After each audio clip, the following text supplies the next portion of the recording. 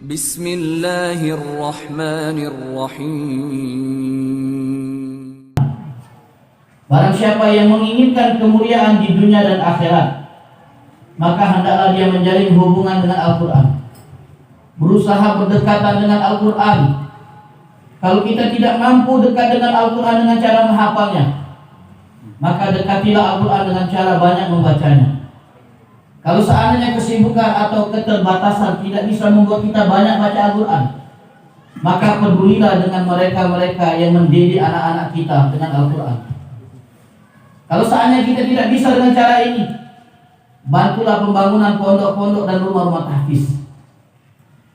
Jadilah orang yang ikut berkontribusi dalam hal-hal yang berhubungan dengan pendidikan Al-Quran. Insya Allah, orang yang mengambil bagian di dalam hal ini, dia akan mendapatkan kemuliaan Al-Quran dan syafaat Al-Quran. Kalau seandainya para penghafal Al-Quran bisa memberi syafaat kepada 40 orang keluarganya, maka orang-orang yang perhatian dengan mereka para penghafal Al-Quran pasti akan mendapatkan bagian dari hal ini. Dia pasti tidak akan dilupakan oleh para santri-santri Al-Quran. Si fulan orang yang banyak membantu kami, si fulan orang yang banyak berkontribusi dengan pondok kami.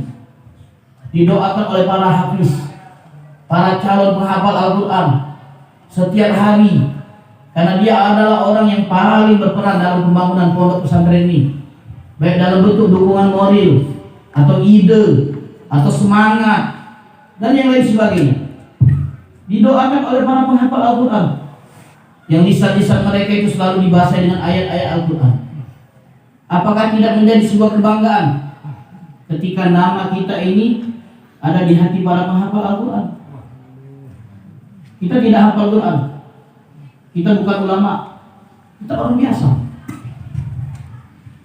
Kalau seandainya kita bisa meletakkan anak kita untuk dididik menjadi penghafal Al-Quran, itu semua adalah kemuliaan yang sangat luar biasa. Ada seorang perempuan kecil, dia berkata dan bercerita, yang membuat aku terdorong untuk menghafal Quran adalah aku berhayal pada hari kiamat ketika para orang tua dipakaikan mahkota oleh anak-anaknya yang menghafal Al-Quran. Kemudian orang tuaku hanya bisa menyaksikan dari jauh, karena dia tidak mendapatkan hal yang sama, sebab anak-anaknya tidak ada yang menghafal Al-Quran. Aku membayangkan betapa menyesalnya kedua orang tuaku ketika melihat kejadian itu. Kemudian dia berandai-andai, oh cobalah satu saja di antara anakku yang ada 7, 6, 3 atau 2 ada yang menghafal Al-Quran. Coba satu saja di antara anakku ada yang menghafal Al-Quran, sehingga aku bisa memperoleh apa yang diperoleh oleh mereka. Kata anak ini membayangkan hal itu, maka tekadku pun kuat untuk menghafal Al-Quran demi memuliakan orang tuaku, agar mereka nanti mendapatkan kemuliaan pada hari kiamat dengan dipakaikan mahkota tersebut. Semangat perempuan tadi, ia pun akhirnya melakukan proses penghafalan Al-Quran. Dengan bantuan Allah dia pun hafal Al-Quran dan cita-citanya pun terwujud. Guru kami Al-Habib Muhammad Ridho bin Abdullah As-Sigaf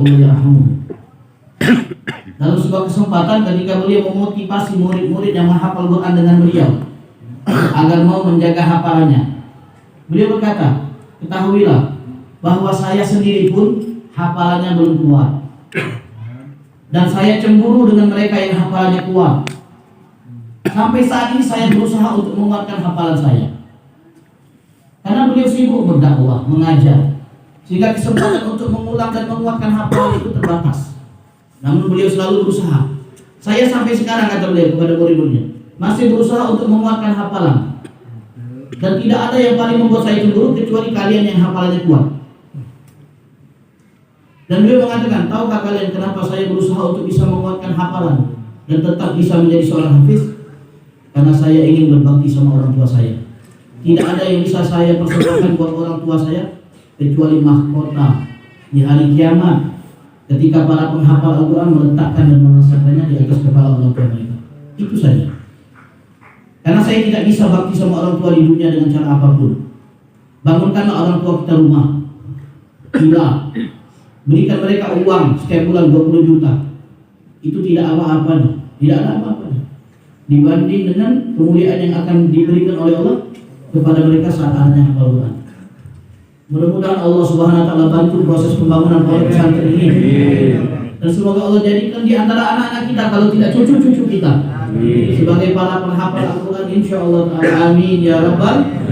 Mungkin ini yang bisa kami sampaikan. Insyaallah kita akan mendengarkan nasihat yang panjang dari guru kami Abu Al-Habib Umar Abdul Aziz bin Abdul Rahman Israhab, dan kita doakan mudah-mudahan akhina saudara kami Al-Habib Naufal bin Abdullah Al-Kab bisa dimudahkan segala urusannya dalam proses pembangunan pondok pesantren ini, insyaallah. Amin ya rabbal alamin. Hadza ma aqulu lakum wa lakum. Wassalamualaikum warahmatullahi wabarakatuh.